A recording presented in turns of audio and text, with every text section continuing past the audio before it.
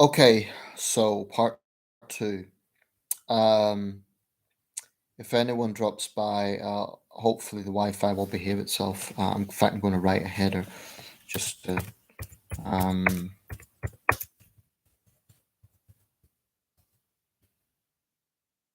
we'll see if anyone drops by.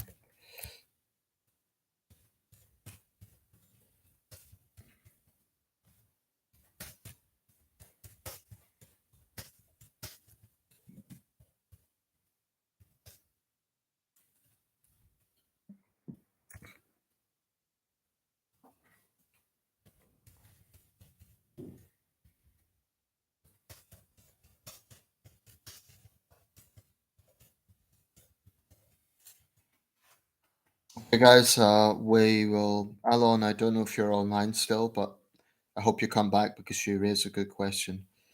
I think it's a good topic to discuss. Um, we'll see how this goes.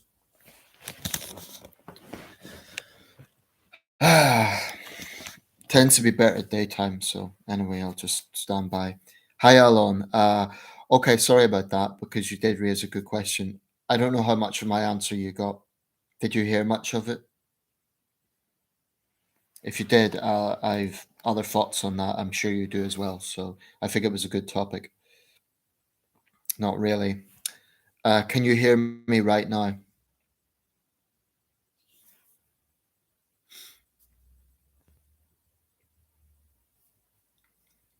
You had asked about yes. Okay, that's good. So you had asked about censorship. To give the brief response, I think in some circumstances, yes, it is actually justified. I don't think there's any jurisdiction in the world that has absolute freedom of speech. Even countries that we might think are very liberal, like the Nordic states and so on. I think that every jurisdiction in the world will have some rules, and some of this is just common sense. I mean, uh, my issue with absolute freedom and absolute freedom of speech is it does negate personal responsibility, but also if we look at things like child pornography, I think most people would agree that has to be censored, um, or even well, it should be illegal. But there are obvious things like the internet, parental controls. Now that's a form of censorship, but I think most people would agree that's reasonable, common sense, so that young children are not seeing violent, unhealthy content online. Um, there's other examples. When the troubles were going on in Northern Ireland, the Thatcher government censored IRA broadcasts on the grounds that they were terrorists killing civilians. They have taken away their right to have a voice, and I actually agree with that. I think that the thing about censorship is it's we always associate with totalitarian states, but I do think in some circumstances it is justified. But what I also think is very important is that the opinions are as pluralistic as possible. So even the right to be offensive, I think it should be as broad reaching as possible. Hey Declan, welcome. I'm just talking about Alon raised the issue of censorship, so we're just discussing that. What's your thoughts, Alon, on that issue? I mean, there's a lot more to say about it, but I'm just aware of the Wi-Fi. I don't want to get into a long speech and then the Wi-Fi is cut off. Doors tend to be better at daytime, but I just haven't done this for a while, so I thought I would go for a live stream right now. But that was a good question, Alon. I think it's something that probably warrants a whole video in of itself. I do believe it could be justified at times, like banning enemy media propaganda outlets during war. Absolutely, that's another good example.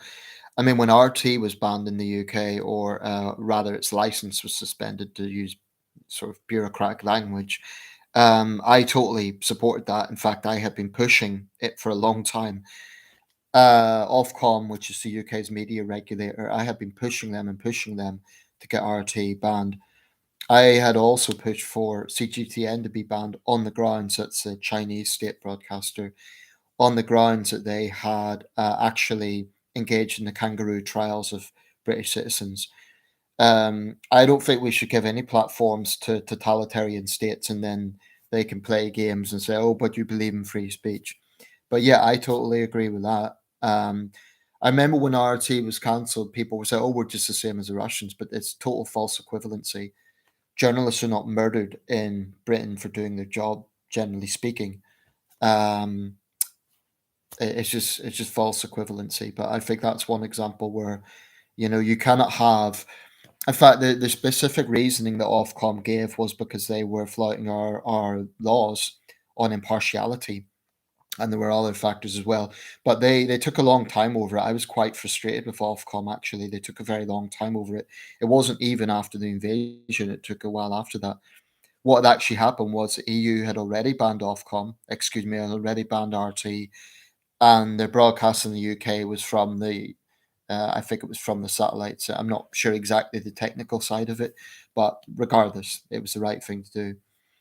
I'm pro freedom of speech, but any platform promoting hatred, propaganda, or promoting violence, CTC should be banned. Yeah, I mean this is a great balancing act, isn't it? And I know there's been this whole debate over Elon Musk taking over Twitter.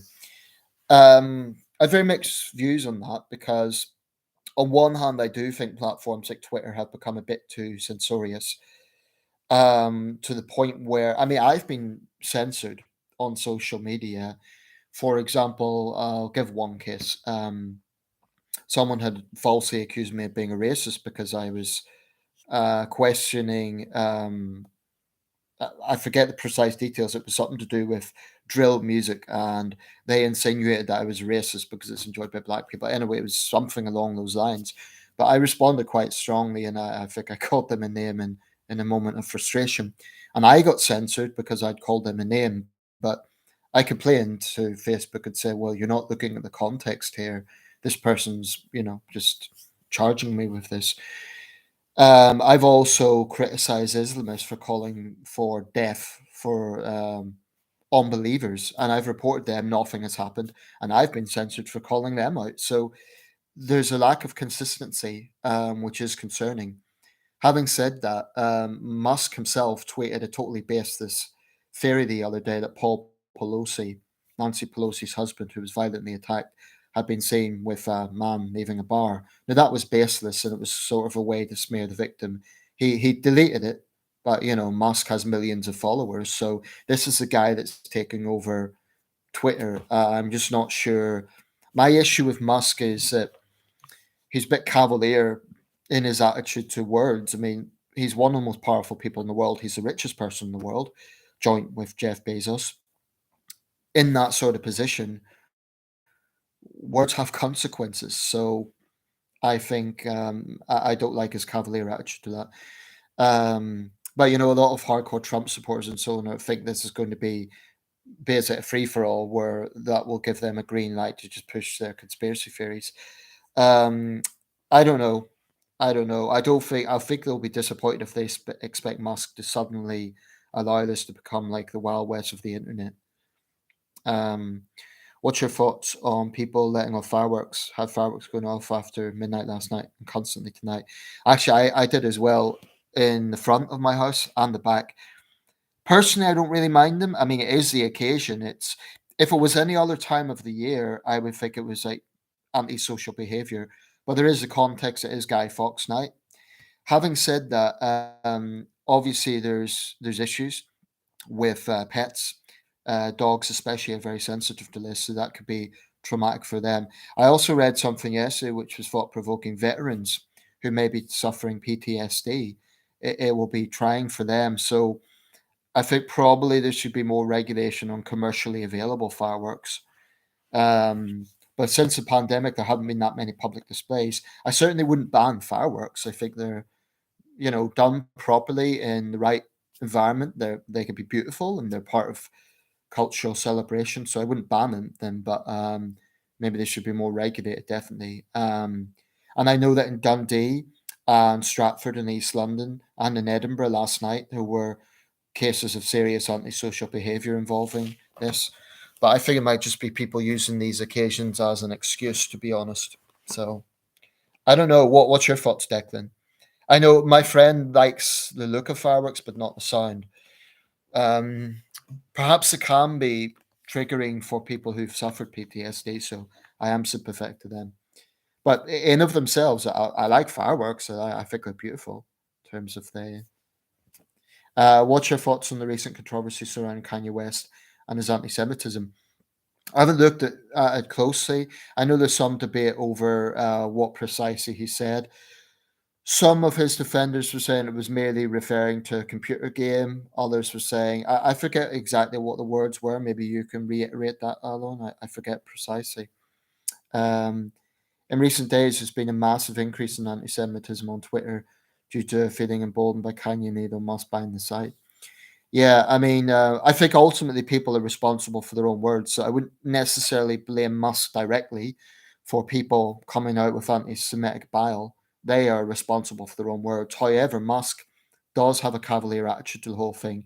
Now, my understanding is he himself said that if it becomes this hellscape, then he will reverse and go back to the old rules. But it's a tense issue because he's already laid off a lot of the former administrators. I have very mixed feelings on this. Like I say, I do think that some of these big social media platforms, Twitter, Facebook, they are biased to the left overall. And I think they're inconsistent in how they act against irresponsible words. But I've just seen a post before doing this live stream from representative, so-called Representative Marjorie Taylor Greene. That woman is just typical of the sort of manure that comes out of the hard right. She's just regurgitating Putinist propaganda, and it's just pathetic. I think if you have people in a position of power, politicians, business people, and so on, and they're basically spreading lies online, I think there should be some degree of, if not censorship, at least a disclaimer. At least a disclaimer. So if Trump comes out with some conspiracy theory, or Marjorie Taylor Greene does, there should be a big caption underneath saying this is not proven by facts or something like that. If not censoring them outright, at least do that. But it says something about the state of American politics that a former president could be behaving this way. And it is on the left and the right. I want to go DEFCON 3 on Jews or something like that. Yeah, that's it. So his apologists were claiming that that was just a reference to a computer game. But the fact of the matter is, on Jews, yeah, I mean, it's anti Semitic, whatever way it's glossed over. Um, I know there's some debate around the term globalist, if it's anti Semitic or not.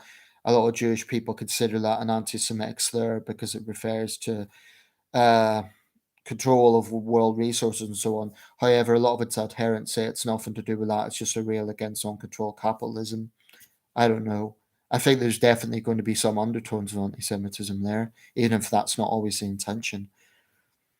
Does annoy me when keep people setting off Big Bang at once, apparently when trying to sleep and when it's not bonfire night. But overall, I do like them. Yeah, I know what you mean, Declan. Certainly, in some contexts, it's just antisocial behavior. It's just idiots.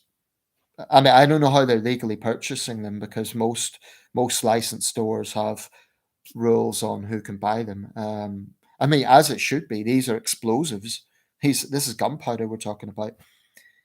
Last night, I actually done a little bit of research into the history of gunpowder. We know, of course, it began in China, but there's an interesting backdrop to that. Apparently, as far back as the Han Dynasty, not even the Song Dynasty, 1,000 years, but the Han Dynasty, 2,000 years ago, people used to put bamboo on fire to watch it crackle, I guess, for entertainment. And over time, they put gunpowder in that. And that's eventually, so fireworks are actually simulated the idea of bamboo exploding originally, which is interesting. I'm not sure when it came to the West. I would imagine around the 17th century, I would have thought.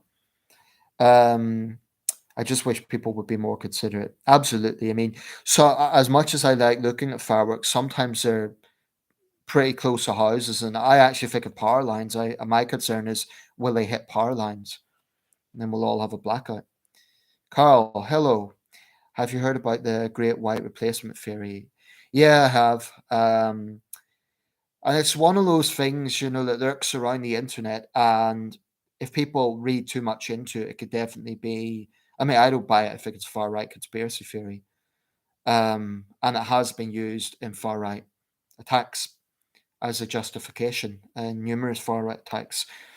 I think there are legitimate issues around immigration, multiculturalism, and integration, but I don't accept that there's this sort of grand scheme by governments to replace all the white people. It's just absurd.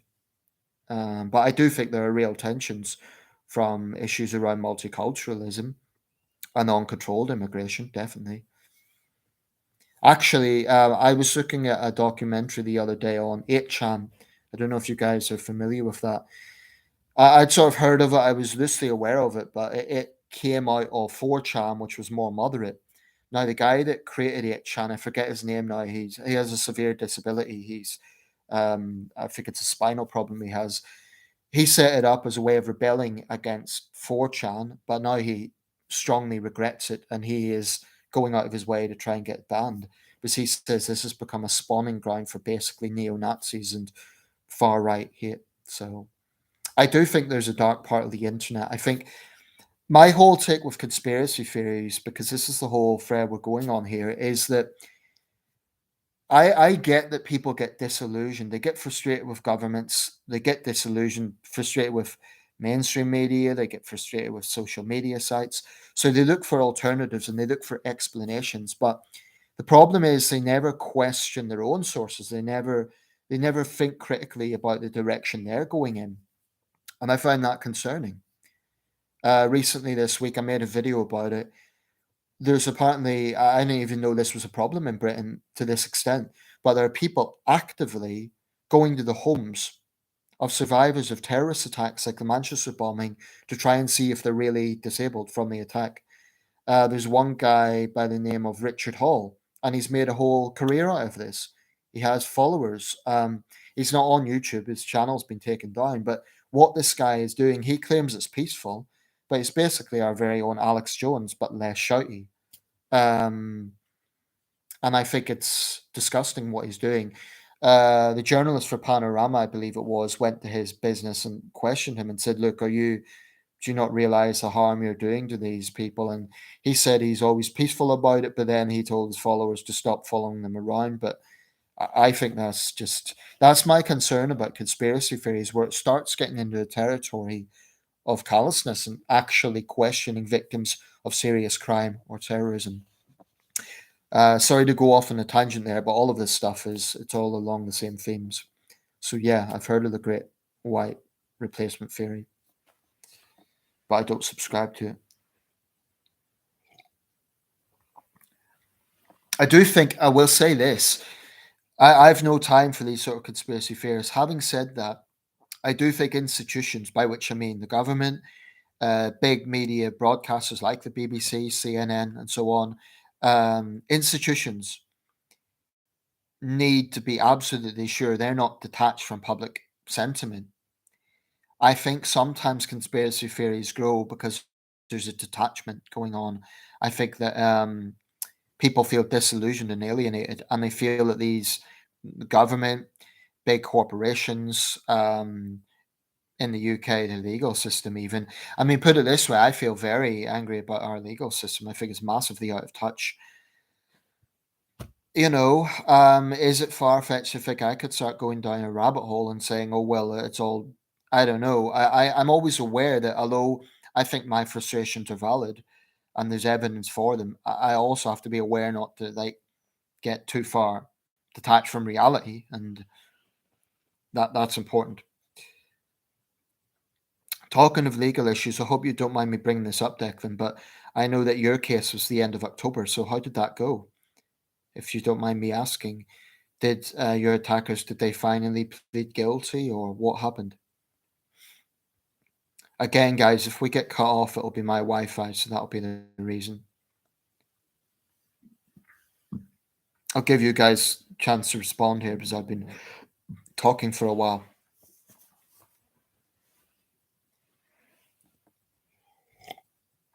But yeah, I mean, I'll just say this: when conspiracy theories get so out there that they start getting into the realm of harassing survivors, to me, I think it's appalling, but I also think it's disturbing.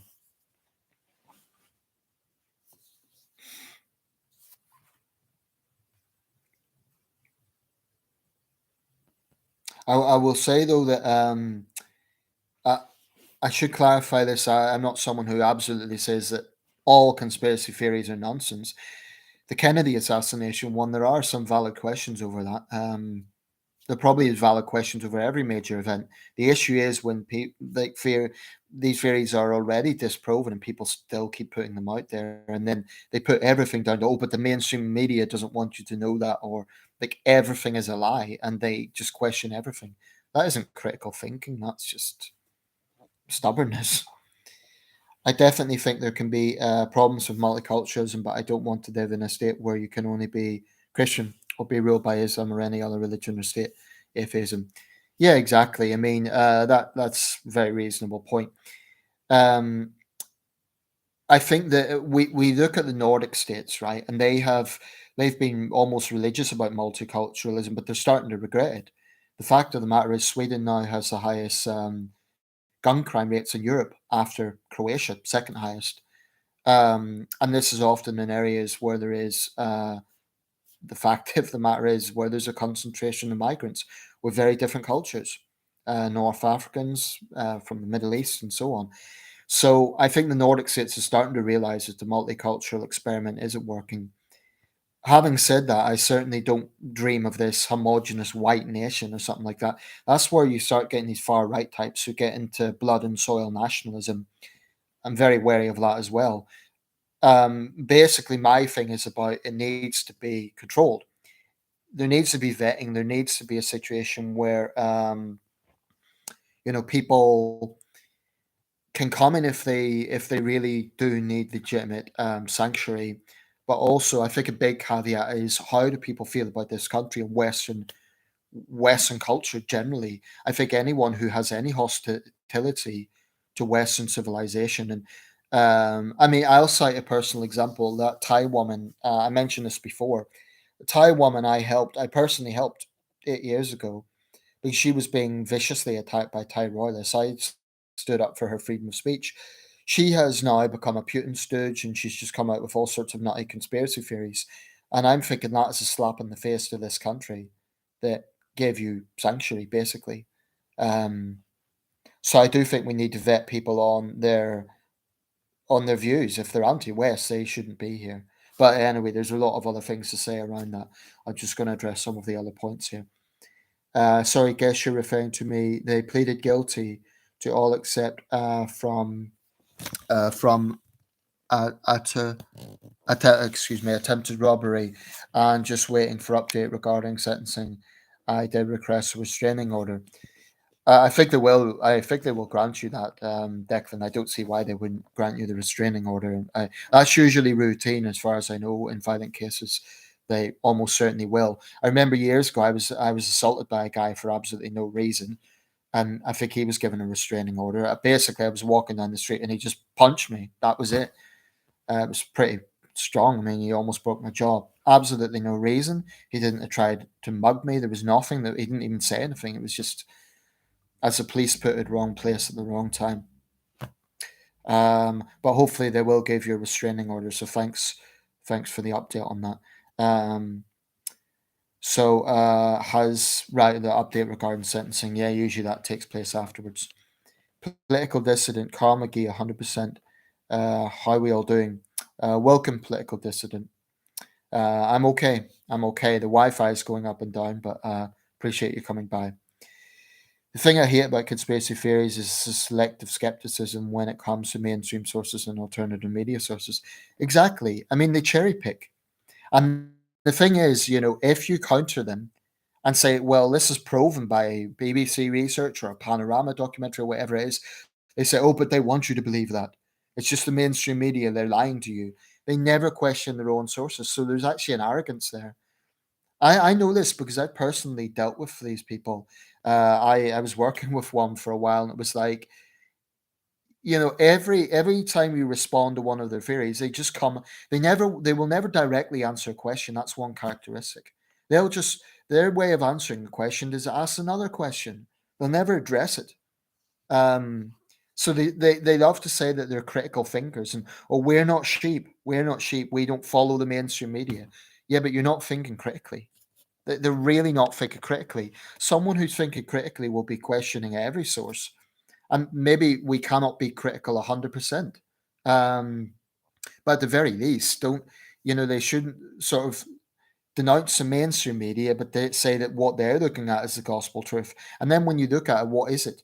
It's usually some anonymous person on the internet coming out with some theory. I mean, their sources are so dubious and so questionable. One of the techniques I've noticed that they use, and as someone who's studied to be in journalism, it makes me quite angry.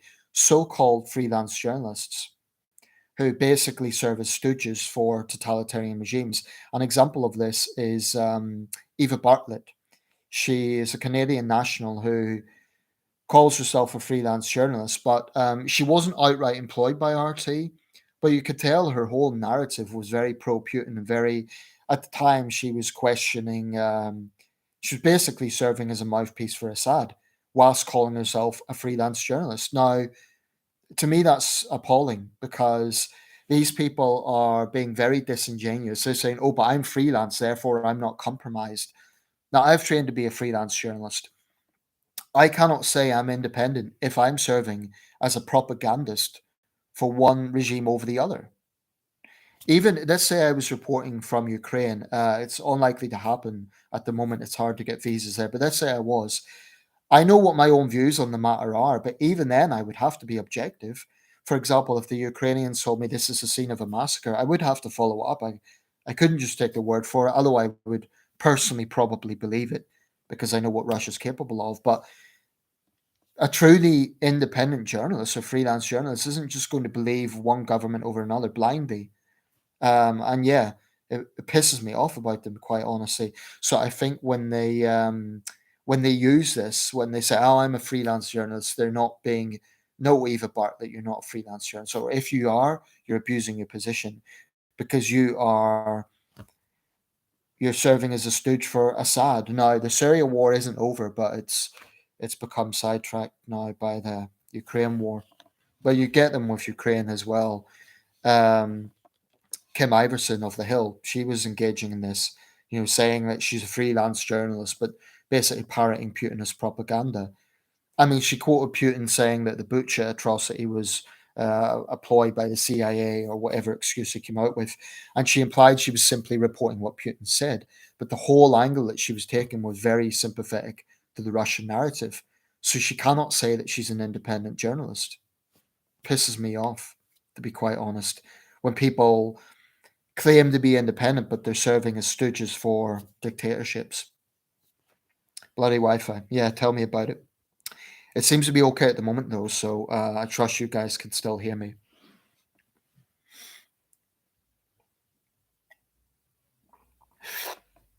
I'm going to round this up quite soon, though, because of a few other things to do. The Thai woman you talked about reminds me a lot of a Taiwanese nationalist I used to be on good terms with. He blames Ukraine for Russia's invasion and revealed to me that he's an RT fan. That's certainly unusual because most Taiwanese tend to be pro Ukrainian for obvious reasons. They empathize with an overbearing larger power next to them. What I find concerning and curious is the sheer number of people in developing countries, particularly in Africa and Asia, who are willing to believe Russia's lies. Apparently, there was some survey done. I forget the source, but um, it's something not surprisingly a big majority of people in the West, in the UK, Canada, United States, France, Germany, have a very negative opinion of Russia and Putin. In Britain, it's very high; it's like 80%.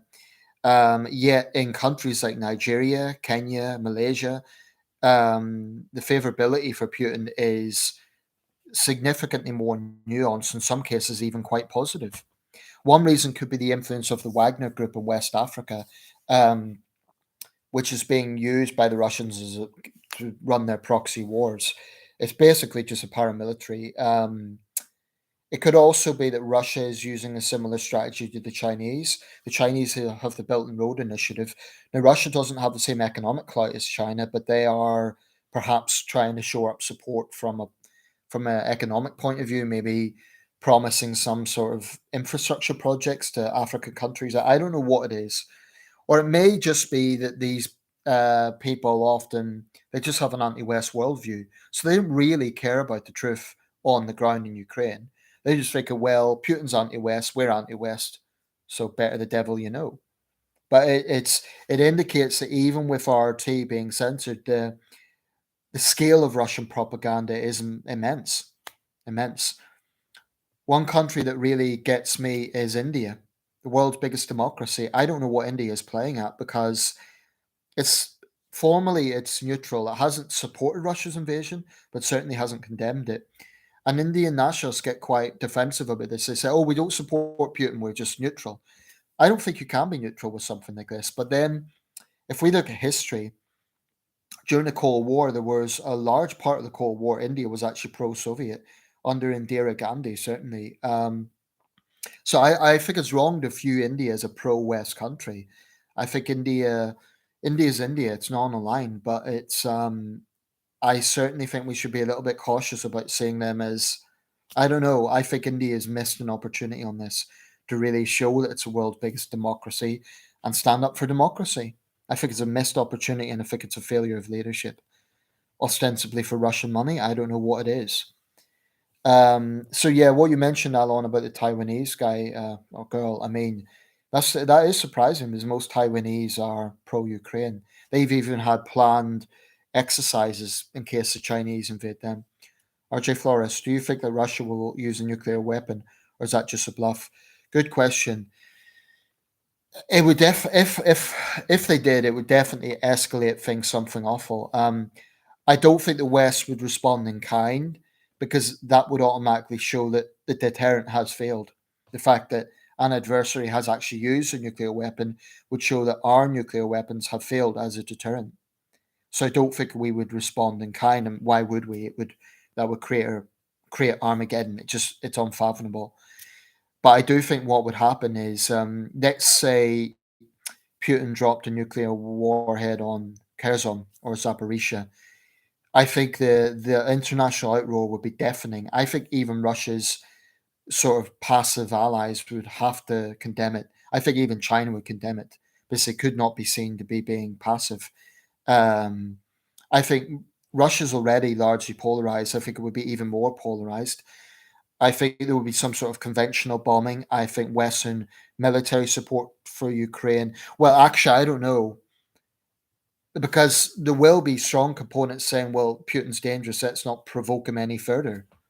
Um, and honestly, I don't know what the right approach should be because it's on tested ground. The only time that nuclear warheads have been used in history, in fact, atomic warheads, was of course Hiroshima and Nagasaki, which ended World War II. Different time and different context, and we're talking about nuclear warheads, not atomic warheads. Honestly, it's anyone's guess what will come after that. It would be pure speculation. Let's just hope it doesn't go there. It may be that Putin does it in, say, the Black Sea, where there will still be fatalities because ostensibly there would be waves hitting the coastal areas of Turkey and Ukraine. But there will be fewer fatalities than if that was a direct hit on a city. I don't know. I wouldn't put.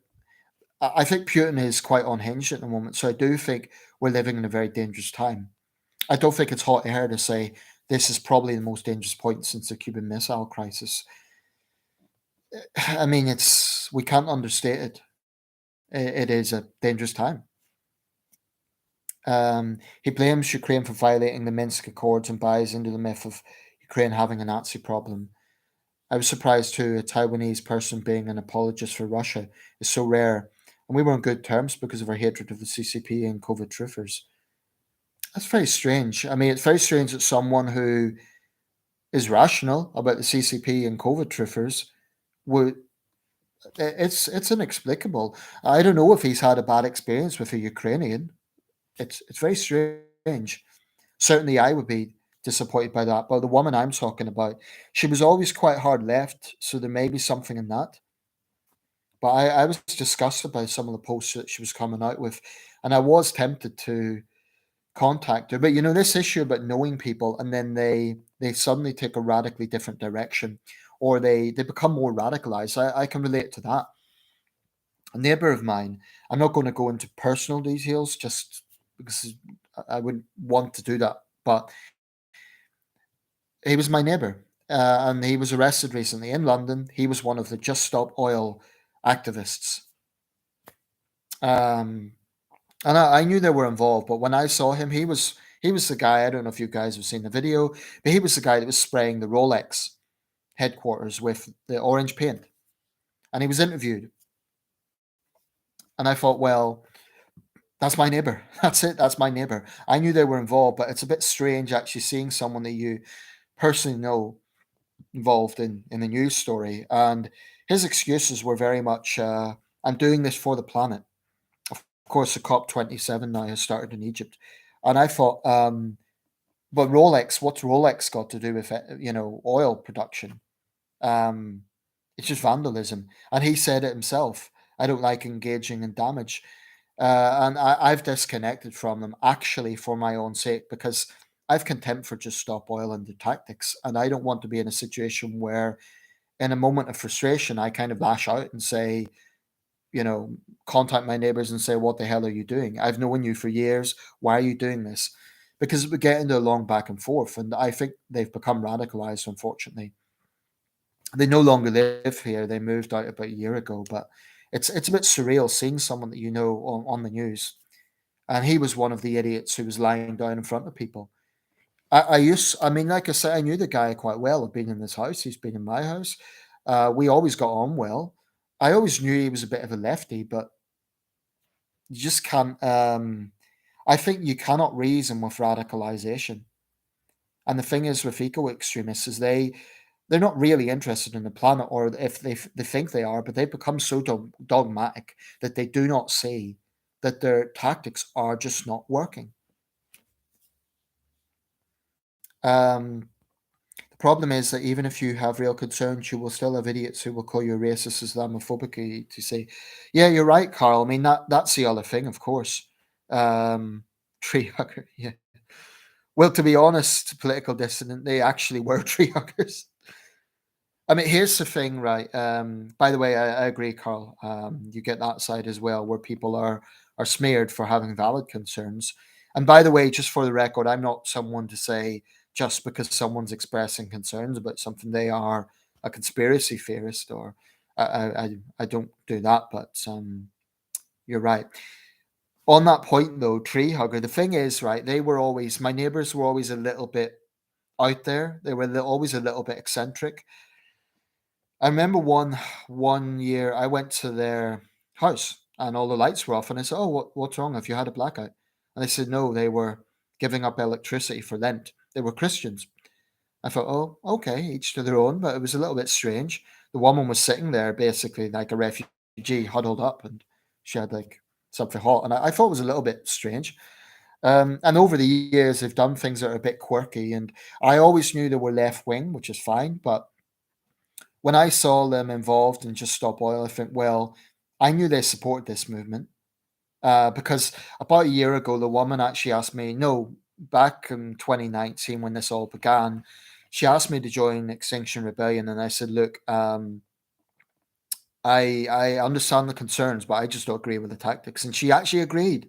She actually agreed, and she said, "Well, I don't agree with the tactics either. We need people like you to steer us in the right course." But I realize, it's just this is what radicalization does. People sugarcoat it and they bring people in. And then once you're in, there's no getting out. It's like, I really, really genuinely believe that eco extremists are potentially dangerous. I mean, it's easy to dismiss them as tree huggers and so on, but actually, they're saying that they're going to escalate. How long is it before these people basically decide they're going to plant bombs as acts of sabotage in petrol stations and so on? They have said that they're going to escalate. They say the government's not listening. They're not listening to the public. It's actually going to be a standoff situation, and they don't care about being arrested. They don't care because they think it makes them martyrs. I think there's things that can be done. I think that the funding needs to be cut off somehow. I think there needs to be some sort of high court injunction to cut off their financial supplies. Um, I think that there should be pressure put on social media accounts to take down. That I would censor them definitely because they're breaking the law. Um, and because they're engaging in criminal activity. I what I would like to see is, hackers. I'd like to see some hackers taking out their accounts. I don't know how to do it. I'd love to see, if any of these thousands of people that have been disrupted about them know something about technology, hack their accounts, just disable their accounts or something. These people think that they have a right to hurt the rest of us, to hurt ordinary people. Um, I can't stand them, to be quite honest. I really cannot stand them. Not because they say that they care about the world. It's because they're radicalizing, because they will not listen to reason, and because their tactics are so mind-numbingly stupid. When they spray that orange paint on buildings, it's just ordinary people, council workers, who have to clear that up. And not to mention the fact that there's paint is oil based. The hypocrisy, they really piss me off. They really, really do. And I have huge sympathy for ordinary Londoners caught up by them. I made a video about this, you guys might have saw it, whereby the deputy head of the Metropolitan Police, Mr. Twist, said that he understands the frustration, but people shouldn't take the law into their own hands. The problem is people have no choice. They don't have the luxury of waiting for the police. And I think the police response to this at the very beginning was pathetic. They were literally offering them cups of tea. They've got a bit better recently, but there's still one problem is Just Stop Oil is not, unlike other protest groups, they're not giving the police information. They're not working with the police. So they're not saying we're going to be active at this place at this time. So the police have to just respond to the information they have. But I do think that the police response to this has overall been quite incompetent. I think they could have been a lot more robust early on. I let me get my Kylie links loaded up. This is the thing. I mean, however legitimate their arguments may be, and actually, I think some of their proposals are ridiculous. There's no way that we're going to get to net zero in a couple of years. And, some of their proposals would be like ban all planes and ban all private cars. They basically have a misanthropic contempt for modern civilization. That they're not content with just lowering CO2 levels and cleaning up the oceans and some things that I think most reasonable people can get behind. They are anti-society. Greta Thunberg yesterday came out and said it's about dismantling Western governments, racist capitalist systems. So they're not really about the environment; they're just anti-West. Um, I think they're extremists, and I've no time for them. And I would like to see much tougher. I think they should be prescribed. I don't know why. I mean, goodness me, Solo Braverman's the hardline Home Secretary. Why isn't she prescribing them? But I'm genuinely concerned. It's easy to see they're just an inconvenience or just arrogant, but I honestly think they're potentially dangerous because all it will take is some of these people to escalate it to the point of bombing railway lines, bombing petrol stations. I mean, take those two guys that got up on the Queen Elizabeth II bridge. That's basically sabotage. Um, so yeah, I think they piss off most people. My neighbor, incidentally, she came out with this absurd Guardian study that said most of the public support direct tactics. Bullshit. Most of the public are dead set against them. But I would say this, I'm at a point now where I actually don't care what they say. As far as I'm concerned, nothing that comes out of their mouths is, I just don't care anymore. They have no legitimacy. I'm not even sure they should do interviews. I think the journalists should give them the cold shoulder. They love the attention. Maybe that's one strategy. Use with them. Oxygen. Stop giving them interviews. What they want is the attention. Maybe just leave them there. They tie themselves to a road. I mean, those two clowns on the bridge, someone said, don't close the bridge, just let the traffic go by. And if they fall off and die, quite frankly, it's their own fault. This is what we're seeing. People are going to just not care anymore. Because the whole thing has been about their safety. Let's remove them as quick, for their safety. But realistically, if they've glued themselves to the road, I guess you can't say, okay, we'll just let the cars drive over them. But it should certainly not be a nicely approach. Oh, please, can you move? Are you comfortable? The police should not be negotiating with them. That's a disgrace. The police should be dragging them off the roads. Use that glue substance to loosen up the glue, then drag them off by force. Even, Sweden takes a harder approach to this. I'm getting worked up here because just thinking of them pisses me right off. They will go under a different name. That's why the far right did what the far right did. They need to give them time inside. It's the only way to stop them. Um, I agree to an extent. The problem is if they're jailed, they just see themselves as heroes. And then that martyrizes them to the others. The thing is, they're not scared of jail. Oh, well, some of them are because they tend to be often very entitled middle class brats. Um, but yeah, I mean, I'd certainly favor jailing the hardcore ones. Some of them have been jailed. But the thing is that they're extremists, so they're not saying, okay, well, it's not like you get someone who might, in being drunk, they vandalize a telephone box, and maybe they might show remorse. And these are they're political ideologues, they're extremists. I actually think they need to be put on some sort of counter radicalization program. I don't know. Is Greta Thunberg a plant of some kind? They're crazy. Remember, I told you about Count Dankula and the Unabomber. Yeah, exactly. I mean, that's a good example. The Unabomber became a full blown terrorist. Um, but you're right, political dissident, because all these groups, I've said this before, they're all interlinked. Extinction Rebellion, Insulate Rebellion, or Insulate Britain, Animal Rebellion, Just Stop Oil. You can be damn sure that they're all interlinked. Some of the same activists, like literally the very same people. I reckon there's probably a few hundred hardcore activists, including my neighbors, a few hundred. And then there'll be a few thousand more that support them passively. But that's it. We're talking about a few thousand people in a country of 68 million. So why the hell are they being allowed to hold the rest of us to ransom? That's not democracy. And what pisses me off is they make these analogies with the suffragettes. Well, that's historically questionable. The suffragettes, the peak of their activity was 1913. In that year, they planted bombs, they pissed off the public, much like the eco warriors are doing right now. But women's full suffrage did not come until 1928. 1928. World War One changed the labour market. Women were doing jobs that men traditionally done. So this analogy with the suffragettes is flawed. There is no evidence, in my opinion, that the hardcore suffragette activity galvanized public opinion in their favour. I think rather it was the more moderate suffragettes and the changing labour market of World War One and other factors that eventually got women to vote, not the hardcore direct action techniques.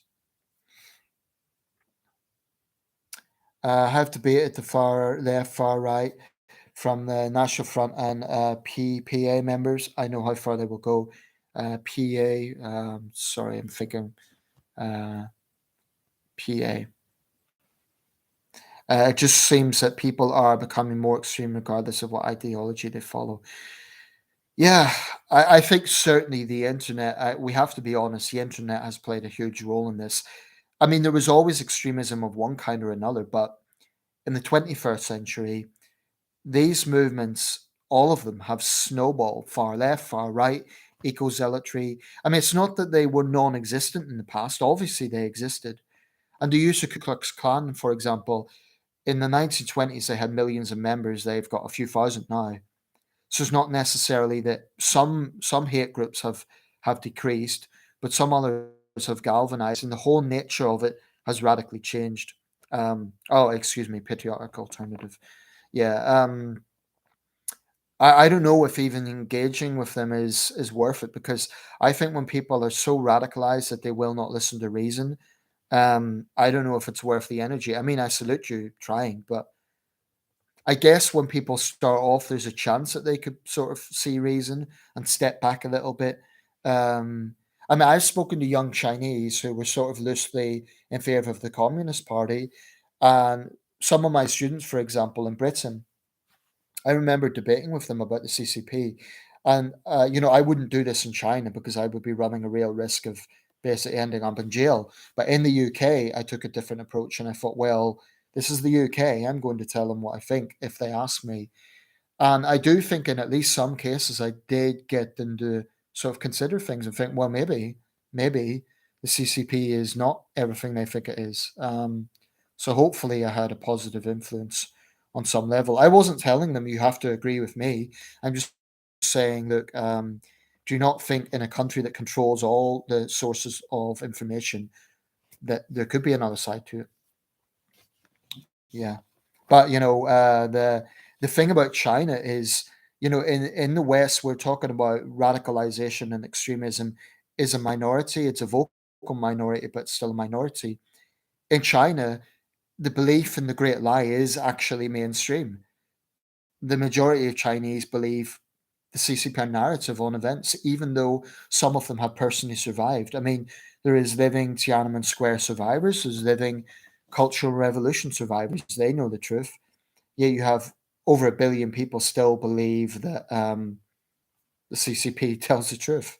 So that's a strange dynamic when the mainstream is actually the lie. The issue is that arguing with extremists is almost impossible because these people aren't based in reality and will deny anything that contradicts their worldview. Exactly. I just don't know what will change them.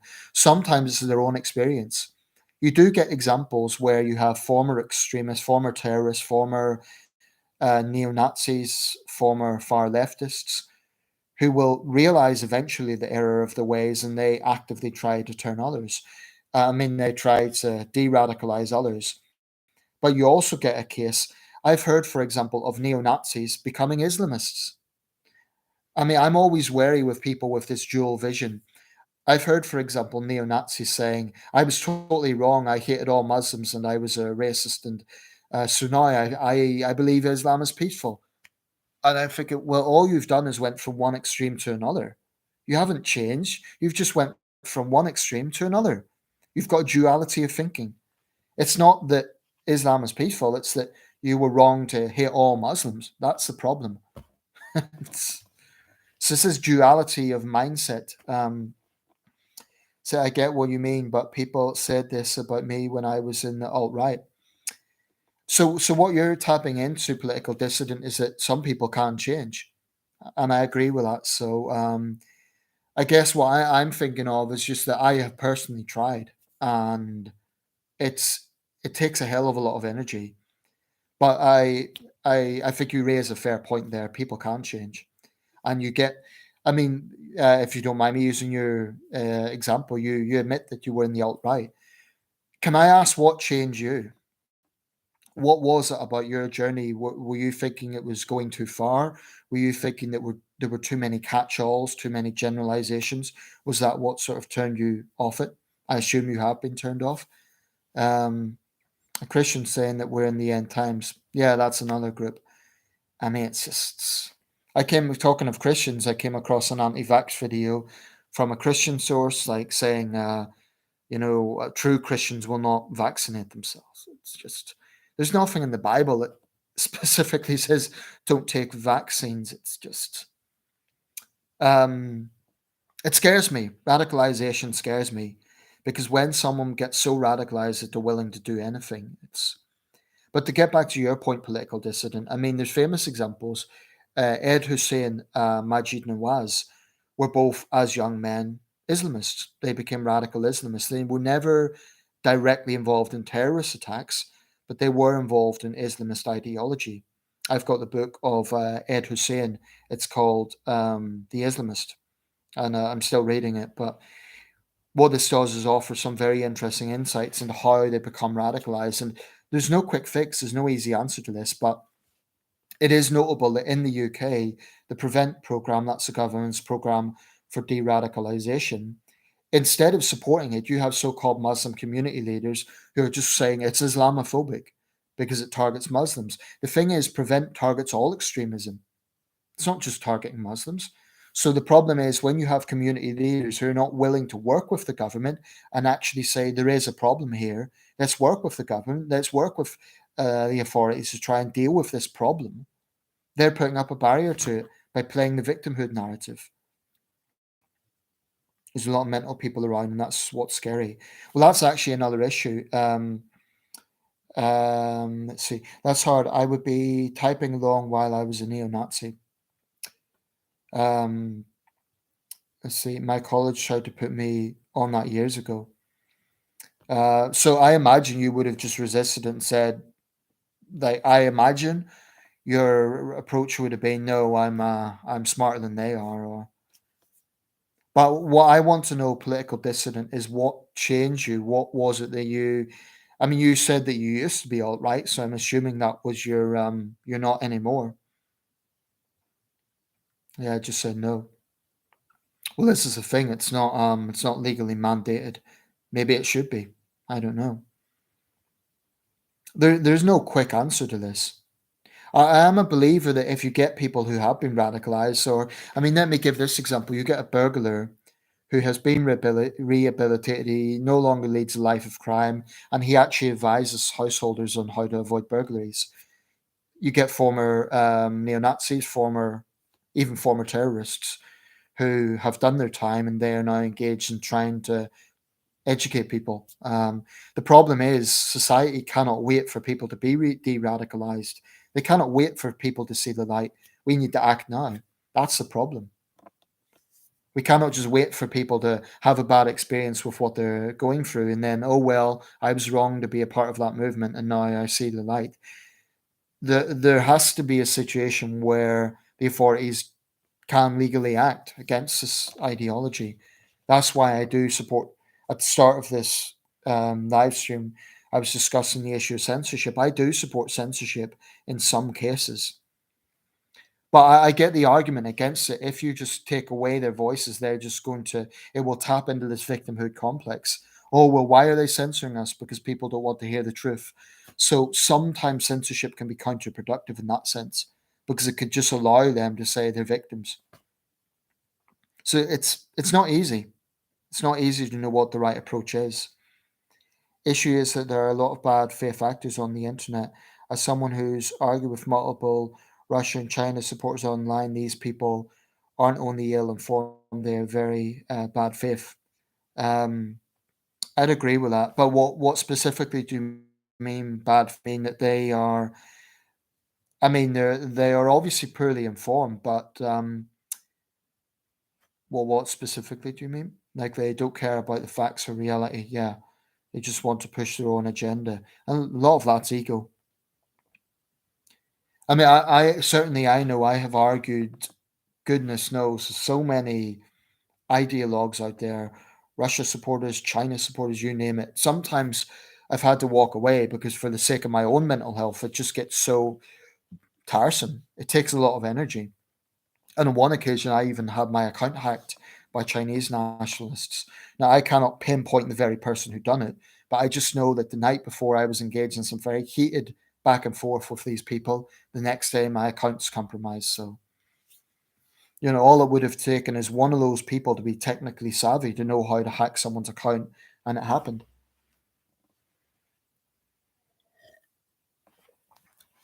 What pisses me off about some of the Chinese nationalists is they're perfectly happy using a Facebook account. They won't question themselves at why is this censored in China, but I'm allowed to promote Chinese nationalism on my account. It's just so hypocritical. I sometimes wonder, if there was all these Western sites available in China, we might actually see this avalanche of neo-nationalism because it wouldn't be a case that they would suddenly see their government for what it is. It might be a case that they just use those platforms to badmouth and to push propaganda against the West. You can give people the tool, but it won't necessarily get them to see the light.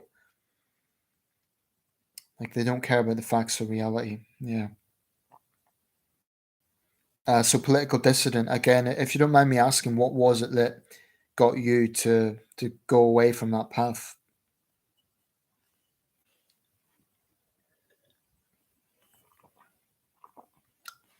I think this has been a good live stream. Sorry for the interruption at the start of it, but I think this has been good so far. And thank you all for coming by. I am going to wrap this up in a few minutes.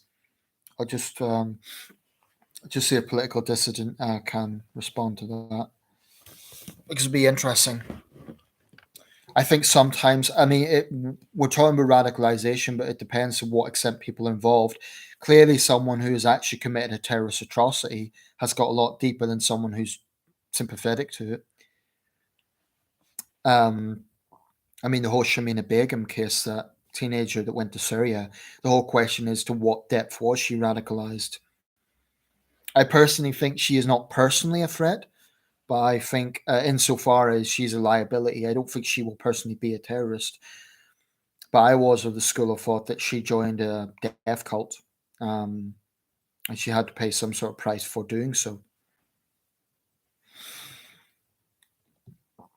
Um, yeah, I mean the thing about radical, in the case of eco zealots, they don't want to listen to reason. They don't want to listen to the public. I mean, I was looking at that video of my neighbor, and I was just thinking, if I was there, I would say to him, "Look, Adrian, you're not saving the planet. All you're doing is engaging in vandalism. How does this help a single flooded Pakistani villager or drought hit farmer in the Horn of Africa? It doesn't. It just doesn't." And I would be interested what his answer to that was. Because they always say we do this because the other strategies have failed for years. But as a movement, they're insufferable. Going forward, I certainly think the hardcore ones should be jailed. I think they should be prescribed, whatever names they use. But you're right. Political dissonance. I think you mentioned that. So, for example, if Just Stop Oil is prescribed, they'll just say, "Just Save the Planet." That's our new name. That's the problem. They'll just keep changing their name. So it's not easy. It's not easy, but I definitely think that it is intolerable that a small minority gets to hold the public hostage. As soon as they block a road, that should be seen as a serious offence. They should be dragged off. No negotiation. They should be dragged off. That's hard for getting one message. I will have thinking about it. Message you next stream about it. Okay, fair enough. I don't know when the next stream will be. Like I say, these are very sporadic. But if you just keep an eye out, and if you miss the next stream, Political Dissident, don't worry about it. Whenever, just come by the live stream and say, you might need to remind me to say I was former alt right. This is why I changed. That could be an interesting discussion topic. Okay, guys, I'm going to wrap this up as I want to do a few other things. So thanks a lot for coming by. Please, the Wi-Fi is maintained at least for the last hour. Thanks a lot for your contributions. I think there has been some interesting topics tonight. So take care, everyone. Have a good evening.